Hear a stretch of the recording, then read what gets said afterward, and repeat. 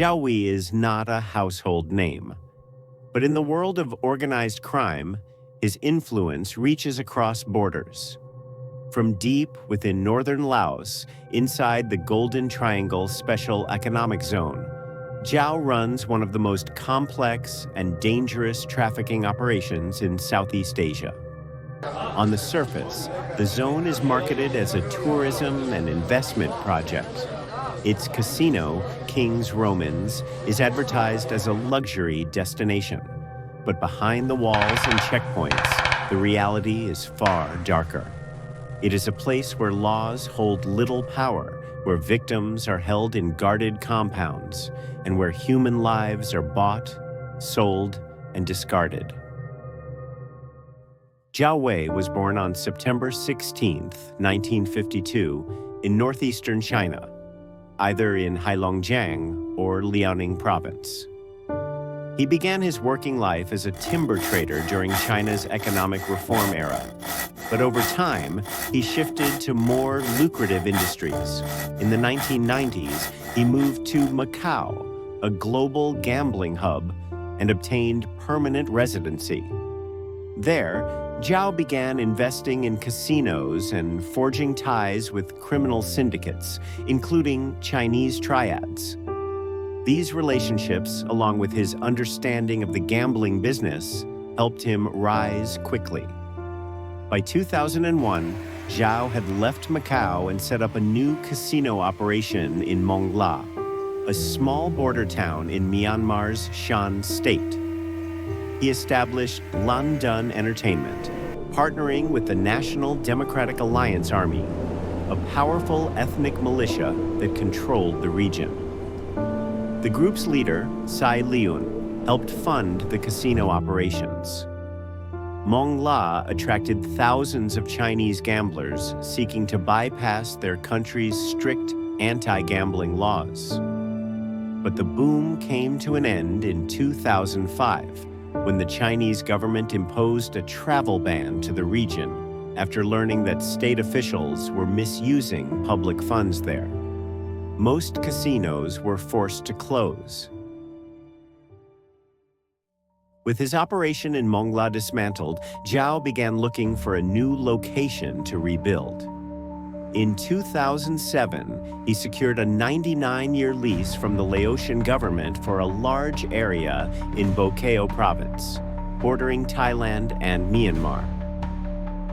The territory was designated the Golden Triangle Special Economic Zone, a region with its own border controls and minimal regulatory oversight. Zhao developed the area into a sprawling complex featuring King's Romans Casino at its center.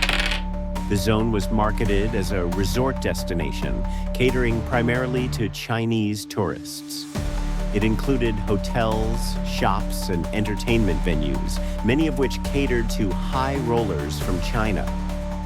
But this was not just a business venture. It was the foundation for a transnational criminal enterprise. King's Romans Casino served as the public face of Zhao Wei's network. Behind it, a series of hidden operations enabled large-scale money laundering, drug trafficking, wildlife smuggling, and human trafficking. The zone's isolation, coupled with weak local enforcement and official complicity, made it ideal for such activities. A significant part of Zhao's operation involved the trafficking of people into the zone. Victims came from across Southeast Asia, China, Vietnam, the Philippines, Malaysia, and Thailand. They were recruited through false advertisements promising high-paying jobs in hotels, customer service, or tech companies. Once they arrived, their documents were taken. They were held under guard, and most were never allowed to leave. Some were forced into sex work. Others were assigned to scam call centers, where they were required to commit fraud under constant surveillance.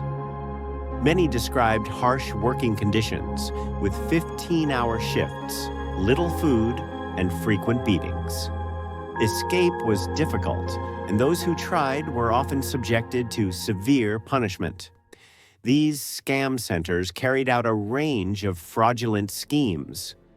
One of the most common was known as pig butchering, a scam where trafficked workers, using fake online identities, built romantic relationships with foreign victims and tricked them into investing in fraudulent cryptocurrency platforms. Once the victim transferred money, the fake investment platforms disappeared. These scams targeted individuals in the United States, Europe, and East Asia.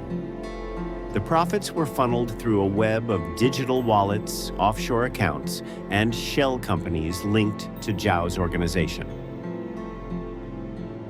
In 2018, the United States Department of the Treasury issued sanctions against Zhao Wei and the King's Romans Group. They were designated as a transnational criminal organization. The U.S. linked Zhao to drug trafficking, money laundering, and human exploitation. His known assets were frozen, and any U.S.-linked financial transactions were blocked.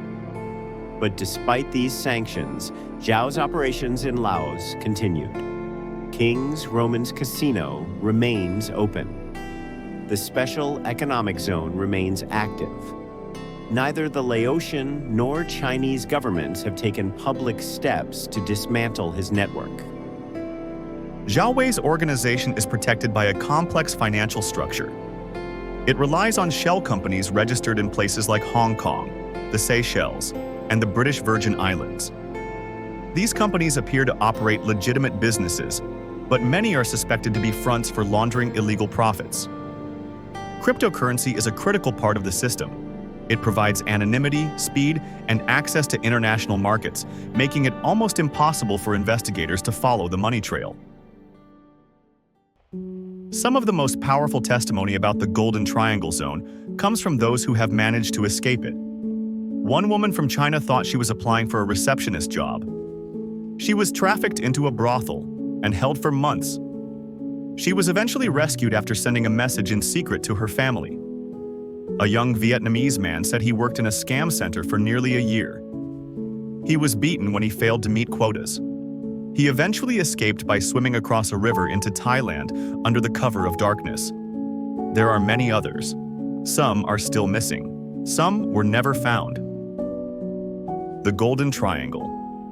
Special Economic Zone has become one of the most dangerous areas in Southeast Asia for trafficked individuals. It is a place where international criminals thrive, shielded by economic deals, corrupt officials, and weak enforcement.